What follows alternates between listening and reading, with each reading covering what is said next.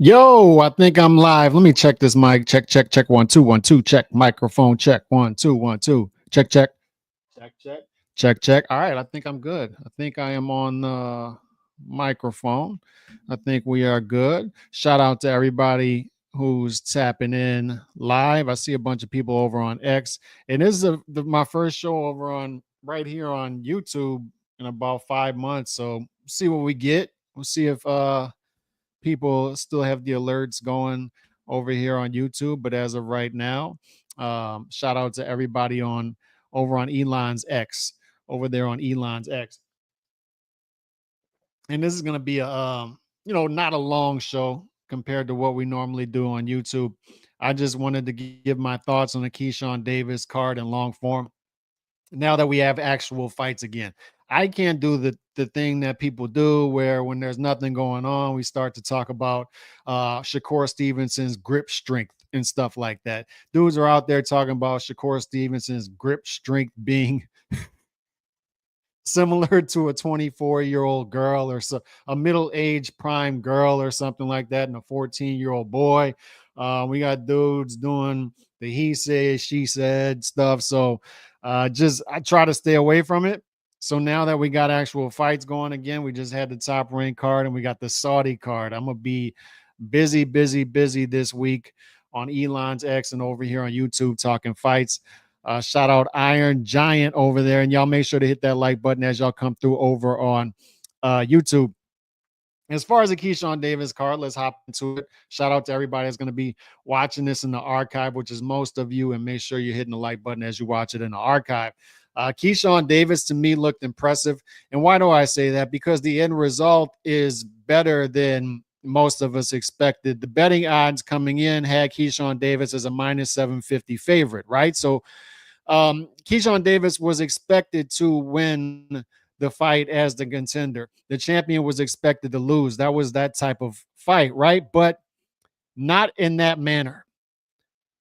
The manner that what was expected was that Keyshawn Davis was a minus 110 favorite to win by decision, was plus 175 to win by knockout. So a majority of people in the betting odds had him as the favorite to win by decision.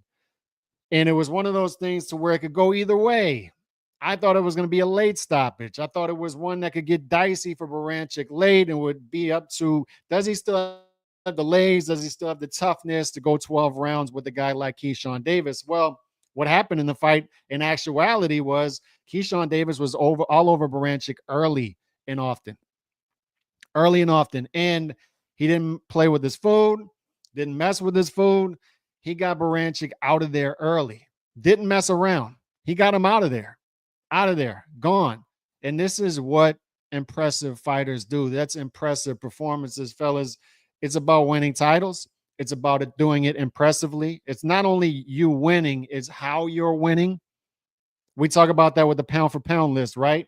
The reason Canelo kind of drops on the pound for pound list on a lot of people's pound for pound list is the performances haven't been what people have come to expect back in the past when he's stopping guys. Now guys are lasting in the ring with him, in a way is destroying guys. So maybe that's why he's going up, right? The performances are there. The reason that Tank Davis, even without the resume, ends up on people's top 10 pound for pound list is why the performances are there for people. Performances matter. What you're doing in there, not just the result, but how you're getting the result matters. So for Keyshawn Davis, it's impressive that he stops Baranchik in the fourth round, gets him out of there early. It sets the tone for people. It's all right, we've taken the next step. We've leveled up. Not only have we won the championship, but look at how I won the championship. And granted, not all titles are the same. Baranchik's a weak title holder. One of the weakest, I would say, champions in the sport. So this was a good look for Keyshawn Davis to get this shot right here. It's one of the easiest belts to pick off. But he did it, and he did it impressively, and it sets him up for the next level. But that leads me to my next point. Besides Keyshawn Davis winning impressively, fellas, it's not just about winning titles anymore. It's not just about winning championships anymore. It's how you're doing it and how often you're doing it. So you got winning titles, you got performances, how you're doing it, but you need to do it often. And this right here is when boxers and the power brokers drop the ball in boxing, in particular, American boxing. This is how and when they drop the ball. This is where boxing is really bad right now, is after a performance like this. And you're hot, and people are looking for you now, and then you disappear. So many fighters in the sport are doing that right now. Great performance. Guess what? We don't see them for another 10, 12, 14 months. And there's no reason for that because the guy wasn't even touched this past Saturday. So for Keyshawn Davis, you need to get him back in May or June. And you can't squabble over. And what messes this up, fellas, is the minimums. The fighters have to be paid a certain amount each fight. Right? So if he goes in there with average Joe from down the street because he can't get a unification fight, then they can't get him in the ring. They just have to wait. This is where you have to strike when the iron's hot. You need to get him back in there or May and June and do it in Norfolk, Virginia. Build him regionally out. We're messing up in American boxing with this. You have a marketable star here in Keyshawn Davis, a possible star in Keyshawn Davis, because nobody in America is close to being a star right now, right? You saw the top 100 list of top paid athletes in the world, and there was only one American fighter on that list, and it was Jake Paul. Nobody else came close to being on that list. The way you do that is build regionally out. Okay, he's fighting in New York. Put him back in Virginia. Build that Northeast corridor. Have him to where anywhere in the Northeast, people will show up. 10, 15,000 will show up to watch him fight. Quarterly, put him on TV, whether it's ESPN one last fight, or if they come to terms with ESPN in the future to extend this contract with a lower budget. Either way, ESPN DAZN, get him back on TV in front of 10,000 plus people in Norfolk, Virginia in May or June. Do it. Do it. And that's where his team has to be talking to the power brokers, and they need to be brokering this deal and saying, I just want to get back. I was not touched. If Shakur is not going to come to the table because we're buddy, best friends, we're not going to fight each other. And Lomachenko, we don't know if he's retired, not retired. And Tank is over there doing Tank things and dressing like a 13-year-old skateboarder and talking openly about how he's ducking fights and why he's ducking fights. And everybody seems to be just accepting that.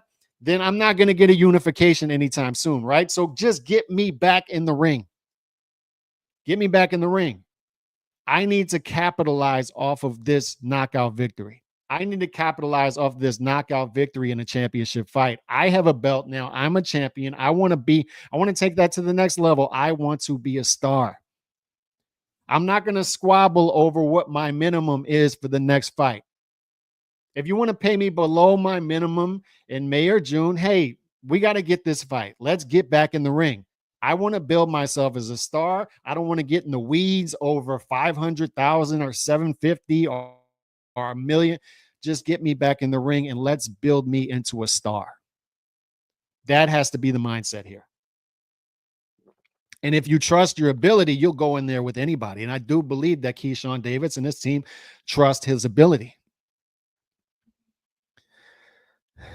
Sports at its core is about competition. I don't expect perfection. I expect effort, views dropping in NBA, because even if the talent better than the competition has dropped, is what it is. Build the fan base and frequently so people don't forget about him. Stay on people's minds. Stay in people's faces. That's the name of the game right here. None of these fighters are stars right now. Keyshawn Davis is a champion. He's nowhere close to a star because he's selling out the theater in Madison Square Garden. Scale it. Scale it. Build that Northeast corridor. Stay in people's faces quarterly, at least 3 times per year. Okay. And then you can scale it past that once you've excelled at that. You're not above fighting 3 times per year. We've gone too soon into fighters going into twice per year fighters, and they don't need to be at this point in the game. Fight 3 times per year, do it in front of your hometown crowd or close to it, build that, and then you can go to Vegas, then you can go wherever, but build your star power. Build it. You're going to hear a lot about it. Look, you heard this from me for years, fights not happening where they should be happening. And now it's becoming this thing with American boxing writers, right? And fans who all of a sudden care where fights happen. Welcome to the party. They've been inconsistent in this. I can do it because I've been consistent with it for 10, 15, 20 years. Why are these fights happening where they're happening? They belong here instead of over here. Now, since fights are happening in Saudi, it's the cool thing now to say this fight doesn't belong here. This fight doesn't belong there. You're going to hear that a lot going forward. In Keyshawn Davis's case, look, if you can go get the Saudi bag and fight over there, go get it. Go get it. But in between time, go back to Norfolk, Virginia, fight. Go back to New York, fight. Build that Northeast crowd and then scale out. More on Keyshawn Davis in a minute. I want to say Abdullah Mason, good bounce back fight. Another guy who could become a star, marketable guy, seems to have a high ceiling and bounced back nicely from when he was knocked down in the first round last fight. Xander Zayas, to me, he's sort of stagnant right now, and I need to see the step up. It's time. It's time to see what's what. It's time to see if Xander Zayas can take that next step. I expected more at this point in his career. I thought the ceiling would be higher than it seems to be, but once again, he could surprise me. I just need to see that step up. At this point in his career, we'll see if it happens. He has an opportunity to do what the other fighters aren't willing to do. Good segue. Let me present this to you guys. Let's talk about this one right here. Let me share this right here and explain why I love this clip from Keyshawn Davis. Let's screen share. All right, 3, 2, 1, go. Like, I'm not chasing Tank. I don't care about Tank, for real. I'm 13-0. Like, in the world, a lot of the world know me, and that ain't come from me fighting names. That came from me kicking ass and taking names and taking belts. So literally, only thing I had to do is keep doing what I'm doing. Javante Tank, me not fighting him is not gonna stop me continuing going to the top. Mm-hmm. Real talk. So I'm not chasing Tank. Let's put that out there. F Tank, for real. Tank know I want to fight him. His coach know I want to fight him. The boxing world know I want to fight him. The question is, do Tank have the balls to fight me?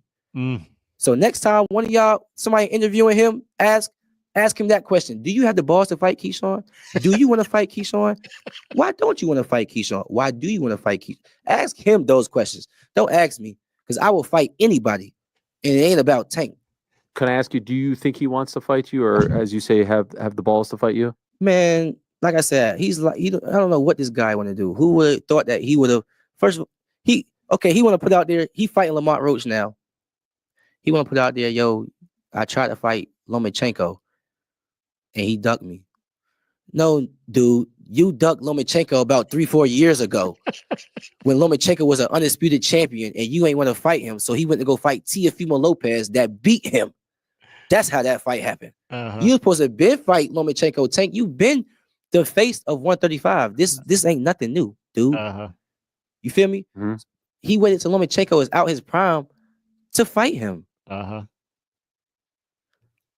Tank, do you got the balls to fight me or not? Yes or no? I don't have to keep calling you. I don't have to keep calling you out, bro. I love the energy.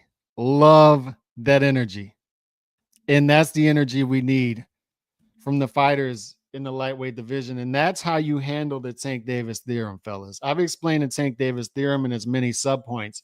One of the points of a couple of the subpoints of the Tank Davis theorem is, number one, you saw some of the Tank Davis fans out and about on the interwebs after the fight saying, and they're out there, who is Tank Davis? Who is Keyshawn Davis actually fought? Baranchik's a bum, right? That wasn't that impressive of a performance. Who is Keyshawn Davis? What is Keyshawn, right? part of the Tank Davis theorem, one of the sub points, is to tear down the fighters in and around the lightweight division. And I don't know if y'all remember, about 2 years ago, I had that guy, I think it was Checkmate Boxing on, and I purposely allowed him to come on and just have the floor for 20, 30 minutes because I wanted to show you an example of what it looks like. And it's extreme form, but it's all over. It's all out there. With the Tank Davis theorem and his fans, is they will tear down the fighters that are a threat to Tank Davis in and around the division. And they'll prop up the fighters who Tank has cherry picked to fight, right? Before and after he fights them. That's what they'll do. Raleigh Romero before the fight. This guy's power. Oh my God, it's so extreme. And then they'll tear down Lomachenko's resume. Lomachenko fought this guy, but that guy actually wasn't that good, right? And then Shakur fought this guy, but Shakur, this guy actually wasn't that good. And this happened at this. They'll tear down the resumes of the fighters that are a threat to Tank Davis. They'll tear those fighters down to make them look lesser than, in order to hand Tank Davis a mythical victory, right? That's what they'll do. They'll hand him a mythical victory without having to fight the fights. That's one of the sub points of the Tank Davis theorem, one of the many sub points. Another sub point is some of these fighters will go along with it and just sort of be passive with it and just let it go. And then in and around the division, that they're a victim of this, but they'll sort of let it go. And then part of it as well is American boxing writers will not call it out. They'll play along with it. They'll ask Keyshawn Davis, and this is why I like this interview and how he's handling it, is stop asking me about Tank. Go ask him. Go ask him about it.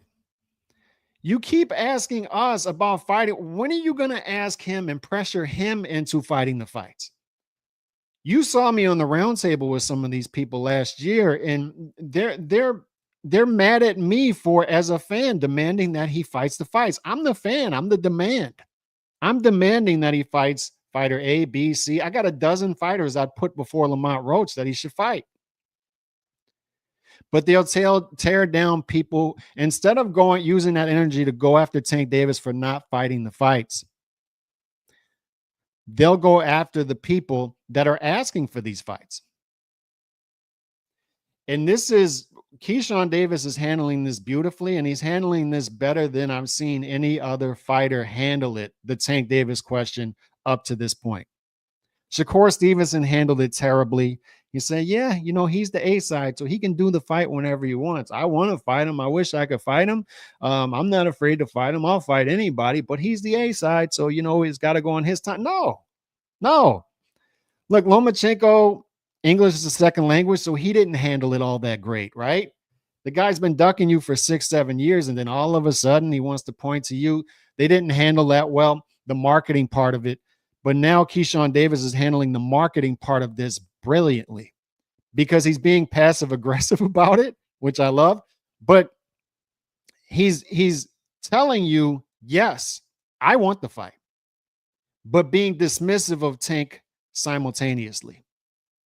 I don't know if y'all caught that. He's making it known, I want that fight. I'm the one who wants to fight that fight. So you should go ask him, does he have the balls to fight me? But then he's saying, I'm 13-0. I'm kicking asses, taking names, and I'll continue to do that. I don't need him. I'm going to become a star without him. I don't need him. I can go 14-0, 15-0. And I'm telling you, if they can put this into play, back those words up and put it into play, and there's an easy way. This is not rocket science, fellas. We've talked about how the power brokers make it seem like 8D chess and they're playing some sort of game back there that's very difficult and complex, and it's not. It's not rocket science. Get the guy back in May and June against anybody. If you can't get the unification, just get him back. Get him back in the fall. 3 to 4 times per year. Don't sweat the minimum. If the promoter comes back and says, we just can't meet that minimum, we can't meet it for you to fight in May and June, say, forget the minimum. We'll fight for below the minimum this one. I want to become a star. I will sacrifice on the front end to become a star. I want to be a superstar in America. There are no stars in America. Jake Paul is the only one? Are you telling me Jake Paul is the only American fighter in the top 100 athletes, wealthiest athletes in the world for 2024? Jake Paul? We have no other American fighters in the top 100? The Tank Davis fans are acting like he'd be the A side to Naoya Inoue. Naoya Inoue made $42 million. $42 million in 2024. Naoya Inoue made $7 million in endorsements. Tank Davis has no endorsement deals.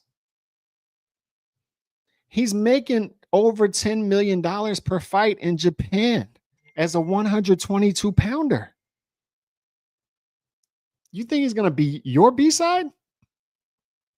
But I like how Keyshawn Davis is handling this. He's just saying, look, man, I told you what I want. I'll fight anybody. I'll fight Tank tomorrow. I'll fight Tank. I'm not worried about Tank. I already said his team knows I'm gonna fight him. Because he's doing it both ways. He's letting it known, but he's also being passive about it and saying, I don't need the dude. You already know how this goes. He's not going to fight the top fighters. He already ducked Lomachenko. We already know that. He's ducked everybody in the top of the division. I expect him to duck me, and I don't need him. I don't need him. I'm headed places. I'm already there in my mind. I'm going places. I don't need him. I don't need him. He may not need me, but guess what? I don't need him. But I will fight him. Ask him. Go ask him. Do you have the balls, by the way? Ask him if he has the balls to fight me, but do you have the balls to actually ask him that question? Because I don't see any media members out there who seem to have the balls to stand up to this dude in a scam and his team in a scam because they're afraid to lose credentials or whatever. This dude's out there dressed like a 13-year-old skateboarder. He's openly telling you, I won't fight Devin because of this and that. And, I would have to knock him out because, they would rob me. And then I won't fight in Saudi without 2 Ferraris. And then when he accepted the 2 Ferraris, I told him, you give me 4 Ferraris, whatever he's saying, right? It's like, good Lord, man. Can somebody sack up and ask this dude a real question? Can somebody push back on this? So as far as Keyshawn Davis, look, man, the Andy Cruz fights out there as well. You can't get the unification, but just get him back in the ring.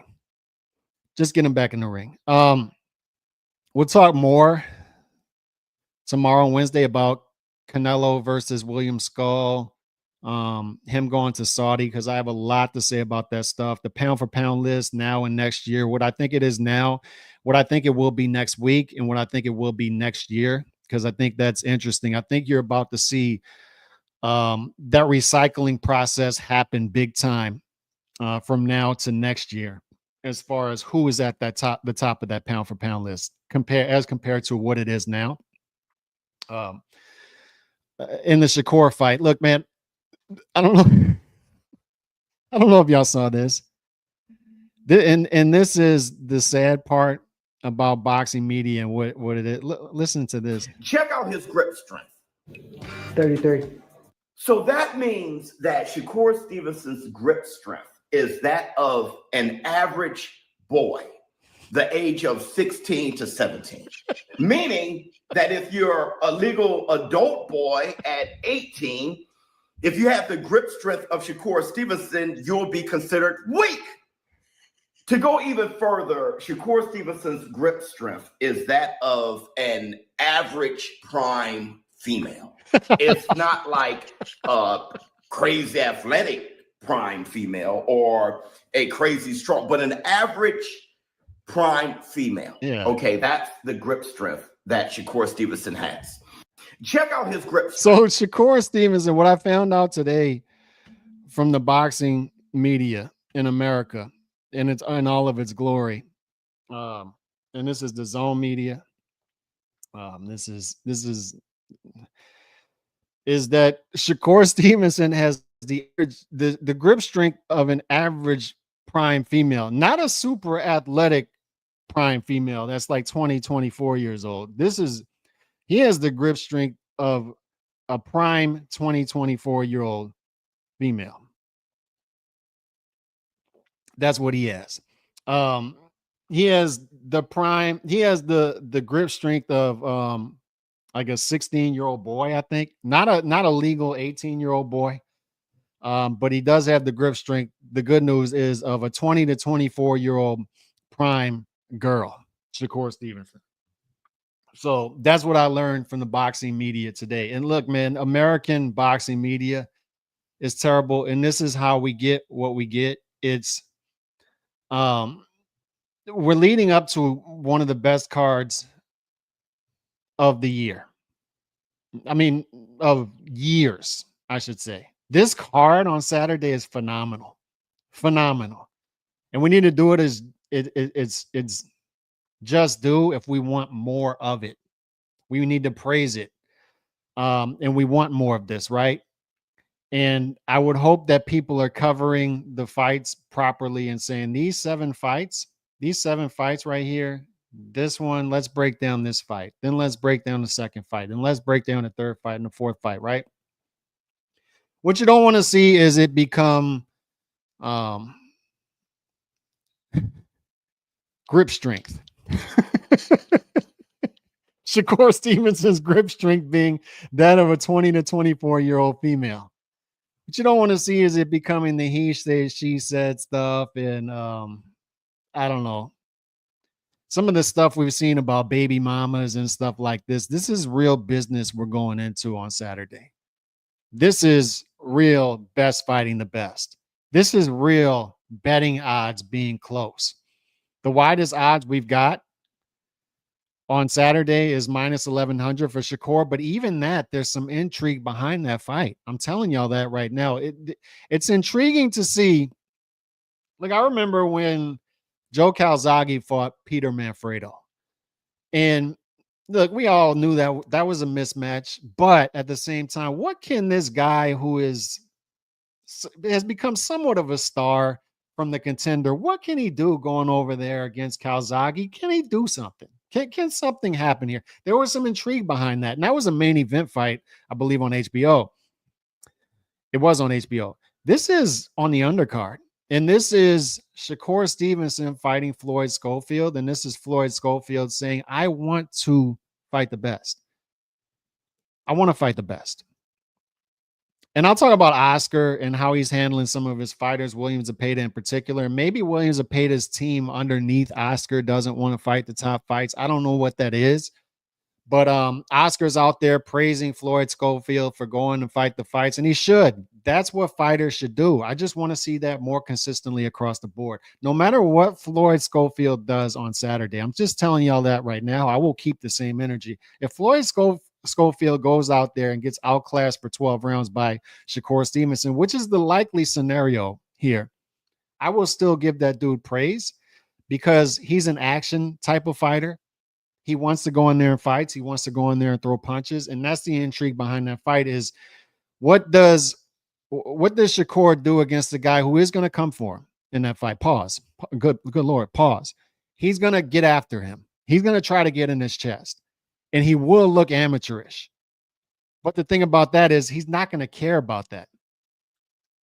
Even when he looks amateurish and misses by a mile in some of his punches, he's still going to come forward and try to get in your chest. And what does Shakur do with that constant pressure being applied to him?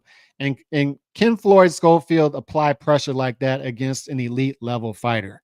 Or is he just a middle-ish level fighter? The type of fighter you would have saw on HBO Boxing After Dark type cards, just in action fights, right? Or ESPN Friday Night Fights type of fights back in the day, like regional action stars type of fighter. Or is he legit? So even that one with wider odds has intrigue. There's intrigue behind it. And that's beautiful. So this card needs to be treated properly Saturday night, on Saturday. This is when the professionals need to come out. And this is where we're going to learn who the professionals are. And not the guys talking about Shakur Stevenson's grip strength being that of an average 20, 24-year-old girl, whatever that means, the prime 24-year-old girl, grip strength. What is this? It's amateur hour. We don't need amateur hour on Saturday. We need the pros to come out and properly, as this fight card comes about this week, break down the fights. Break down the fights. With none of the trash, none of the fillers. Break down the fights. Because this is big boy stuff. I think a lot of us have had it with American boxing media. One of the reasons that I've chose to not be as active the past few months is, look, and I'm watching, but I want to be active when the fights come along. I want to talk about actual fights. Number one, I've been more active on Twitter than here. So even though I haven't done anything here in 4 or 5 months, been active over on Elon's X, but I want to talk about fights. And one thing American boxing landscape lacks is professionals talking about fights. And I don't mean professional fighters. I just mean be professional and talk about the actual fights. None of the low-hanging fruit, none of the clickbait stuff. These are good fights on Saturday. This is boxing what it was meant to be. This is what boxing could be often. We don't need this every week, but I mean, you could do for cards like this once a month in boxing. You could, if you consolidate the sport. Consolidate it, because you don't have enough talent out there right now for it to be as fractured as it is. But if you started to consolidate it and get it under an umbrella or two, even two, you can put on cards like this once per month. We could get more of what we want as boxing fans. But it's time for us to clearly and concisely demand that and have people in the media who will listen to us and relay that message. Unfortunately, the hardcore boxing fans don't make up as much of the media as we used to over on YouTube. Unfortunately, the low-hanging fruit clickbait stuff has gotten through, so we don't get our message through to them as much as we should, as much as we used to. Hopefully that changes going forward. And I demand as a boxing fan that the American boxing writers and American boxing journalists, content creators do a better job. Do a better job. On that note, I'm out till tomorrow. God bless. Peace.